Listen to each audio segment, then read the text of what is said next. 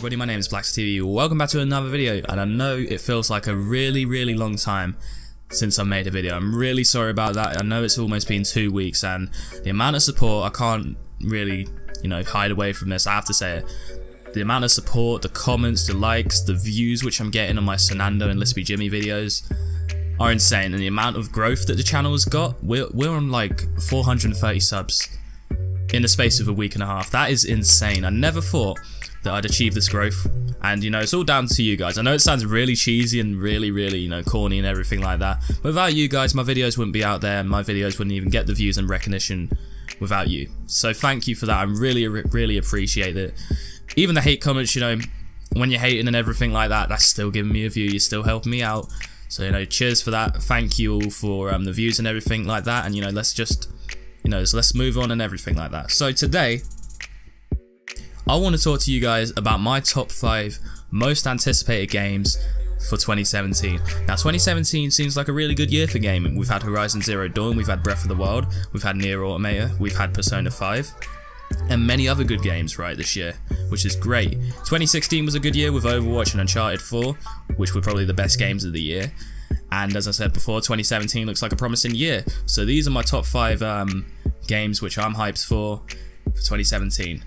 And one more thing before we get into this is my top 5 in my opinion only, so if I missed a game of yours which is not in here, don't get triggered. Leave a comment down below on what your top 5 is on the most anticipated games for 2017. So without further ado, let's actually get into this video.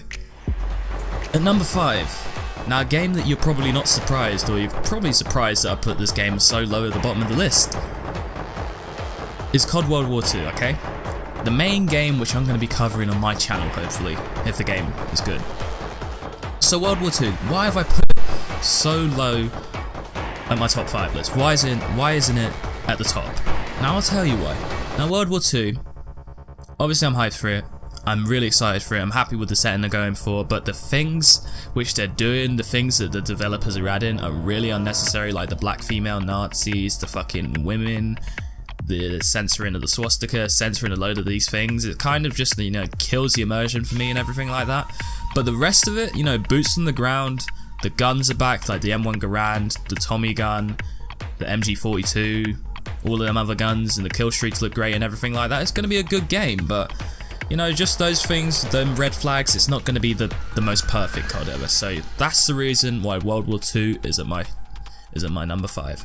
At number 4, okay, this game, or this franchise, I haven't been interested or engaged in this franchise for forever, really. It's been 6 or 7 years since I've really, been interested in an Assassin's Creed game, and this game is Assassin's Creed Origins, I think. And this one is set in Egypt. Now we knew that it was going to be in Egypt for a while. Everyone was speculating and doing rumor videos on it and everything like that, and it was true by Ubisoft. But the most recent Assassin's Creed games like Unity, what's the other one, Syndicate, I felt like Black Flag was good. It was one of the better ones out, the newest ones. Free, the list goes on. I felt they were really bad. They were really shit, and it felt like they've run out of ideas. They just kept on milking the franchise of Assassin's Creed because that's their best selling one apart from Far Cry and the rest of them. And I feel like this game, hopefully, what I'm seeing of it, it does look good. It reminds me of Prince of Persia. Comment down below if you played that game in your childhood, because that game was fucking sick. It's giving me a vibe of Prince of Persia. Maybe it's because it's in Egypt, but Prince of Persia was in Persia, right? But it's just giving me that vibe. It looks good. Hopefully, it doesn't have as much, bullshit. I feel like Assassin's Creed is not as good without Desmond in it, but hopefully Ubisoft have learned from their mistakes from the past 2 or 3 Assassin's Creeds. Hopefully it's going to be good.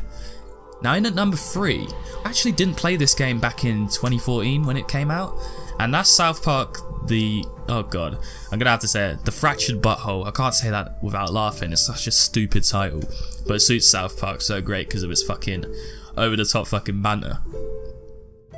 So I actually didn't play this game back in 2014, but I did see a lot of clips on YouTube, and let me tell you one thing, it's fucking crazy. It's South Park, and I actually feel pretty bad that I didn't actually play this game, because it's actually a pretty decent game. Most games which are TV based or something like The Simpsons or Family Guy, the games they're not terrible. Alright, some of them are, but they're not the greatest, okay? They're not like Game of the Year material, but you know, South Park, they actually did well, or the guys actually did well with the stick of truth. You know, the storytelling and everything, and you know, the voice actors from the show and everything like that. They all brought that in, and you know, it still had its gags and the jokes and all the fucking shit, which was crazy in Stick of Truth. So you know, the Fractured Butthole. You know, hopefully I'm gonna play that at the end of the year, and I'm gonna be really excited and really happy with it. It's gonna be a fucking blast, hopefully. Now, in at number 2, probably one of my most favourite franchises which I played over the years as a kid, and you know, still play to this day. And unfortunately, like Assassin's Creed, it's still suffering that identity crisis, and that's Need for Speed Payback, okay? It finally seems EA are opening their eyes and they're giving the fans what they want for Need for Speed. Now, Need for Speed 2015 might not be the greatest Need for Speed ever, but it was a start. You know, you have your car, you start off with a beat up car, you upgrade that, you go through the ranks, and then you get your best car, and the customization was there. This one, the story was pretty shit. All it really was fist bumping and Monster Energy and really cringy fucking people in it. This one actually seems to hold up well. Now this is giving me a vibe of Fast and Furious and The Run at the same time, with the whole cinematic stuff and you know, the truck jumping and everything like that, and you know, the cars coming out of the trucks and everything like that. It doesn't really suit it, but whatever, I like it. And the story of Payback is like, you're in a crew, it's a simple story, someone's betrayed you, you're getting revenge on him, you're getting payback on him. And this crew, or this mob, or whatever the fuck they're called, are taking over the city, you gotta take the city back. You know, you get your cars back, you upgrade your cars to take them on. And I like how they're doing the heists and everything like that. At least races and everything are going to be in it. It's going to be an open world, probably the biggest open world which we have ever had in a Need for Speed game, because I felt like Ventura Bay, I think that's what it's called, it felt dead. Like, the city didn't feel alive or nothing like that. It didn't feel like Rockport County from Most Wanted. It didn't feel like the cities from Underground 2 or Carbon or anything like that. I can't remember the names of them, but you know what I mean. It didn't feel alive, it just felt dead and empty. So hopefully Need for Speed Payback does really well. I'm really looking forward to Need for Speed Payback at the end of the year. Now, in at number 1, my number one game, my number one most hyped game, is not actually a full game. Well, it could be a full game, but it's mostly a spin-off title. And that's Uncharted: The Lost Legacy, okay? Uncharted 4 for me was my game of the year. It was an absolutely perfect game. I loved Uncharted 4 so much. It was the best, one of the best games I played in years, okay? And you know, that's saying something, because Uncharted 2 is up there as well. It still doesn't beat Uncharted 2, I'm sorry, it doesn't. But this game, I felt like Chloe and Nadine, they were like, Nadine was in it, but I felt like she should have had a lot more screen time, because I liked her a lot more than Rafe, not just looks wise and everything like that, personality wise and everything like that. You know, like Rafe was more like deeper as a villain or something like that. Does that make sense? You know, he was more like understandable because he's like Nate's friend and everything like that. But Nadine is like the perfect Uncharted villain. Mercenary, looking for treasure, ruthless killer and everything like that. Beats men's ass. Like, she's a fucking badass. Like, don't get it twisted. She kicks your ass throughout the game. Spoiler alert. So it's good to see that she's in it as well. I felt like she had a good personality as well. And I thought Chloe, like, what happened to Chloe during Uncharted 4? I was always questioning that. This game would be perfect with Chloe in it. I feel, you know, with all the characters, have every single character in there, not Cutter or everything like that, but you know, the characters which were good in like 2 and 1 and everything like that. I felt like Chloe was like, where is she? She's like one of the best characters, but at least, you know, you play as Chloe, and that's amazing, you know, like, who doesn't want to play as Chloe? Like, who doesn't? Like, you're lying to yourself if you don't want to play as Chloe. So that's going to be awesome. They're going to India, I think, in The Lost Legacy or something like that. I know for a fact that, you know, Naughty Dog aren't going to disappoint. It's probably going to be the last Uncharted game that we're going to see in a long time. I don't think it's going to be the full end of it, but, you know, you never know with sequels and developers. But that is it for my top 5 list. What is your most anticipated game of the year? Is it Uncharted: The Lost Legacy? Is it any other game? Leave a comment down below.